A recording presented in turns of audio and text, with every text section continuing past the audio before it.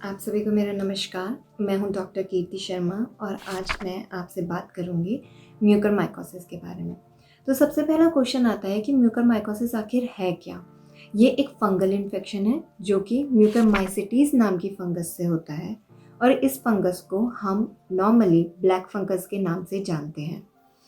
मैंने इस टॉपिक को कैटेगराइज किया है 5 सब टॉपिक्स में, जिसमें हम बात करेंगे इसकी इडियोपैथोजेनेसिस के बारे में प्लस रिस्क फैक्टर्स के बारे में। दूसरा हम बात करेंगे इसकी टाइप्स के बारे में। तीसरा हम बात करेंगे इसके साइन एंड सिम्टम्स के बारे में। चौथा Covid associated mucormycosis and lastly हम बात करेंगे इसकी डायग्नोसिस, ट्रीटमेंट एंड प्रोग्नोसिस के बारे में। तो स्टार्ट करते हैं इसकी इटियोलॉजी से। इटियोलॉजी का मतलब होता है कि किसी भी बीमारी का कॉज क्या है, और इसका कॉज है immuno compromised state. Immuno compromised state का मतलब होता है कि जब हमारी बॉडी की इम्यूनिटी कॉम्प्रोमाइज्ड स्टेट में है। नाम से ही समझ आ रहा है, हमारी इम्यूनिटी जब लो हो चुकी है। तो इसमें सबसे इम्पॉर्टेंट रिस्क फैक्टर है डायबिटीज़। डायबिटीज़ में ही मैक्सिमम केसेस देखे जाते हैं म्यूकरमाइकोसिस के। और डायबिटीज़ के केस में क्या होता है कि शुगर का लेवल बहुत ज़्यादा बढ़ जाता है, जिसकी वजह से बैक्टीरियल और फंगल इन्फेक्शन का रिस्क इंक्रीज़ हो जाता है। क्यों? क्योंकि इन दोनों के लिए शुगर जो है वो खाने का काम करती है। दूसरी इम्पॉर्टेंट कंडीशन है organ transplantation.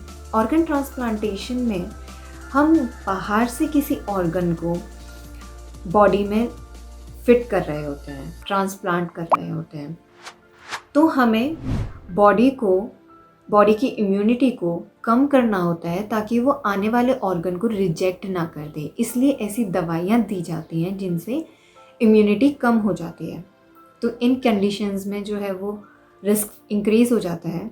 Then HIV, ads infection जो होता है, protein energy malnutrition severe cases में, जिसे हम कुपोषण बोलते हैं, कैंसर्स के केसेस में, और बहुत ही जो क्रॉनिकली इल कंडीशंस होती हैं जो कि कई सालों से जिनसे पेशेंट्स ग्रसित होते हैं, लड़ रहे होते हैं, उन केसेस में इनकी रिस्क जो है वो इंक्रीज़ हो जाता है इस फंगस का। फिर हम बात करते हैं कि इसकी पैथोजेनेसिस क्या है, कि मतलब ये किस तरीके से काम करती है बॉडी में जाके। देखिए, फंगल इन्फेक्शन जो है वो सुपरफिशियल भी हो सकते हैं और इन्वेजिव भी हो सकते हैं। अब सुपरफिशियल का क्या मतलब है कि कोई भी फंगस जब हमारी सिर्फ स्किन को या सुपरफिशियल पार्ट्स को इन्वॉल्व करती है तो उसे हम बोल देते हैं सुपरफिशियल इन्फेक्शन। जब कोई फंगस हमारी बॉडी के अंदर जाके और ऑर्गन्स को इन्वॉल्व कर लेती है तो हम उसको बोलते हैं इन्वेजिव फंगस। अब म्यूकरमाइकोसिस जो है वो इन्वेजिव फंगस है। आपने दाद सुना होगा, ये भी एक फंगल इन्फेक्शन है, लेकिन ये सुपरफिशियल है। ओके, तो क्या होता है कि जब भी म्यूकरमाइसिटीज फंगस जो है वो हमारी बॉडी को इन्वेड करती है तो उस टाइम पे ये ब्लड वेसल्स को, जो खून को ले जाने वाली कोशिकाएं हैं, उनको ब्लॉक कर देती है।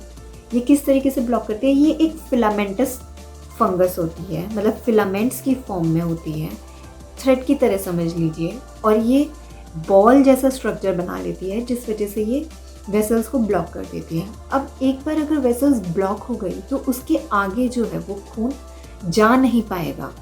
अगर टिश्यूज़ को खून नहीं मिलेगा जिसमें उनका खाना, उनकी ऑक्सीजन है, तो वो सेल्स, वो टिश्यूज़ मरना शुरू हो जाएंगे।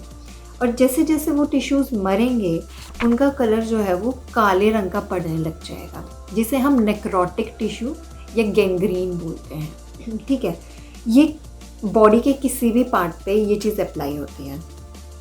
अब क्या होता है, ये काला पड़ने लग जाता है हिस्सा, इसी वजह से इसे ब्लैक फंगस बोला जाता है। ओके, अब बात आती है इसकी सब टाइप्स क्या हैं।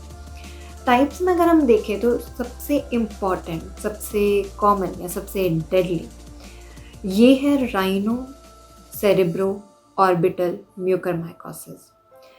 राइनो सेरेब्रो ऑर्बिटल म्यूकरमाइकोसिस का क्या मतलब हुआ? देखिए, राइनो का मतलब हुआ नोज़, देन ऑर्बिट का मतलब है कि आईज और उससे रिलेटेड पूरा हिस्सा, एंड सेरेब्रल का मतलब हुआ ब्रेन। तो जब भी इन तीनों पार्ट्स को ये इन्वॉल्व करती है उस टाइम पे इसको हम ये नाम देते हैं। दूसरी टाइप आती है पल्मोनरी म्यूकरमाइकोसिस, जिसमें ऑब्वियसली लंग्स इन्वॉल्व होती हैं, फेफड़े इन्वॉल्व होते हैं। इसी तरीके से जीआईटी म्यूकरमाइकोसिस है, गैस्ट्रो इंटेस्टाइनल ट्रैक्ट, जिसमें खाने की नली, पेट, आंतें ये सब इन्वॉल्व होती हैं। देन हमारे पास आता है क्यूटेनियस म्यूकरमाइकोसिस। क्यूटेनियस म्यूकरमाइकोसिस का मतलब है कि ये स्किन को इन्वॉल्व करती है। जब भी हम क्यूटेनियस वर्ड यूज़ करते हैं तो इसका मतलब होता है स्किन। और स्किन को इन्वॉल्व क्यों करती है? क्योंकि इम्यूनोकॉम्पिटेंट पेशेंट्स जो होते हैं या इम्यूनोकॉम्पिटेंट इंडिविजुअल्स जो होते हैं, जिसका मतलब है कि जिनकी इम्यूनिटी बिल्कुल ठीक है, उन केसेस में ये फंगस जो है वो अंदर तक नहीं जा पाती, हमारी इम्यूनिटी जो है उसे रोक देती है बाहर ही, इसलिए ये सिर्फ स्किन को इन्फेक्ट करके रह जाती है। और देन हमारे पास आता है डिसेमिनेटेड म्यूकरमाइकोसिस। जब भी हम वर्ड डिसेमिनेटेड यूज़ करते हैं, डिसेमिनेशन यूज़ करते हैं, इसका मतलब है कि वो बीमारी हमारी पूरी बॉडी में फैल चुकी है। ठीक है, अब आते हैं हम साइन एंड सिम्टम्स पे। जिस ऑर्गन को ये फंगस इन्वॉल्व करती है उसी के अकॉर्डिंग इसके साइन एंड सिम्टम्स होते हैं। तो हम बात करें राइनो सेरेब्रो ऑर्बिटल म्यूकरमाइकोसिस की, तो उसमें हेडेक, सिर का दर्द होना, फेस में दर्द होना, देन नाक जो है वो ब्लॉक फील होना, नेज़ल कंजेशन फील होना, नाक में से डिस्चार्ज निकलना, काले रंग का डिस्चार्ज निकलना मेनली, एंड जो फेस है, फेस की डिस्कलरेशन हो जाना, फेस का काला पड़ जाना, नाक के रूट पे, मतलब ये जो रूट ब्रिज है यहाँ पे, आँखों के नीचे, ये पूरा हिस्से का जो है वो काला पड़ जाना, ये चीज़ें होती हैं राइनो ऑर्बिटल सेरेब्रो म्यूकरमाइकोसिस में। ओके, साथ में फीवर भी आ सकता है। देन हम बात करें कि पल्मोनरी म्यूकरमाइकोसिस की, तो उसके केसेस में सांस में दिक्कत होना, कफ होना, बलगम में खून आना, ये सारी चीज़ें देखी जा सकती हैं। देन जीआईटी सिम्टम्स में अगर हम देखें तो खून की उल्टी होना, पेट में दर्द होना, दस्त होना, ये सारी चीज़ें हो सकती हैं। क्यूटेनियस म्यूकरमाइकोसिस में क्योंकि ये सुपरफिशियल इन्फेक्शन रह जाता है, तो इसके केसेस में क्या होगा कि जो स्किन है हमारी वो जो है वो रेड कलर की हो जाएगी, सूज जाएगी, स्वेलिंग आ जाएगी और धीरे धीरे वो काली पड़नी शुरू हो जाएगी। ठीक है, और डिसेमिनेशन में जो भी ऑर्गन इन्वॉल्व होता है उसके अकॉर्डिंग जो है वो सिम्टम्स आते हैं। देन कोविड एसोसिएटेड म्यूकरमाइकोसिस आजकल बहुत ज़्यादा फेमस हो रही है, बहुत ज़्यादा न्यूज़ में है। और ऐसा क्यों?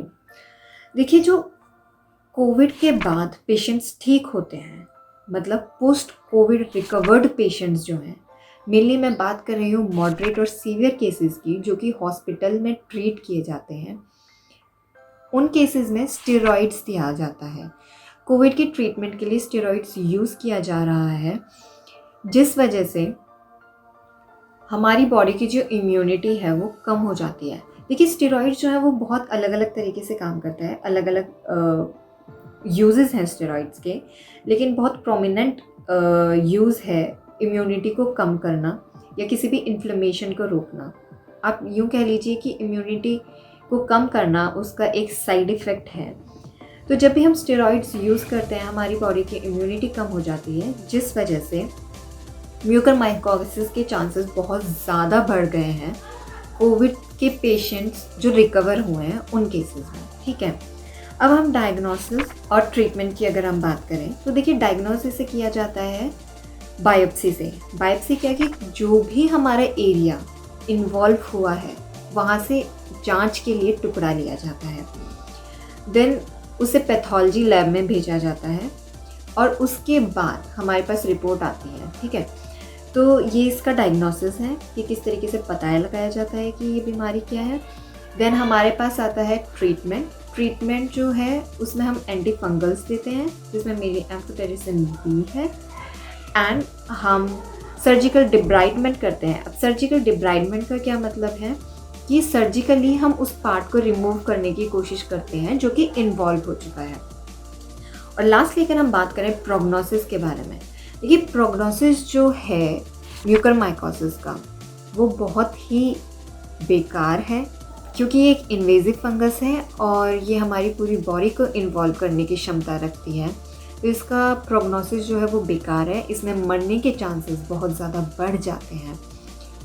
इसलिए जो भी कोविड पेशेंट्स हैं, जो भी कोविड से ठीक हो चुके हैं, जिनमें स्टेरॉइड्स यूज़ किया गया है ट्रीटमेंट के लिए, उनको बहुत ज़्यादा ध्यान देने की ज़रूरत है। उनके घर वालों को बहुत ज़्यादा ध्यान रखने की ज़रूरत है कि अगर उन्हें कोई भी सिम्टम आता है जो कि मैंने बताए हैं, उन्हें सिर दर्द होता है, आँखों में दर्द होता है, नाक का ब्लॉक होना फ़ील होता है, या काला डिस्चार्ज निकलता है नाक में से, किसी भी स्किन के पार्ट का जो है वो ब्लैक कलर का डिस्कलरेशन हो जाता है, काली पड़ जाती है, पेट में दर्द होता है, खून की उल्टियाँ आती हैं, सांस लेने में दिक्कत होती है, बलगम में खून आता है, तो उन केसेस में आप जल्द से जल्द डॉक्टर को कंसल्ट करें, क्योंकि जितनी जल्दी इसका ट्रीटमेंट स्टार्ट होगा उतने चांसेस हैं कि इंसान ठीक हो जाए, पेशेंट ठीक हो जाए। लेकिन जितना लेट इसकी सिम्टम्स को कोई रिकॉग्नाइज करेगा, इसके सिम्टम्स पे ध्यान देगा, उतनी ज़्यादा ही चांसेस बढ़ जाते हैं इस बीमारी से मरने के। तो मैं यही आप लोगों से रिक्वेस्ट करना चाहती हूँ, या यही मैं आप लोगों को समझाना चाहती हूँ कि आप इन सिम्टम्स को ध्यान में रखें। ज़रा सा भी सस्पिशन होने पर, ज़रा सा भी शक होने पर डॉक्टर को कंसल्ट करें। आई होप आपको मेरी ये वीडियो यूज़फुल लगी होगी। आई होप मैं आपको कुछ नई चीज़ें समझा पाई होंगी। एंड इसी के साथ मैं आपसे अलविदा लेती हूँ। Thank you for watching this video.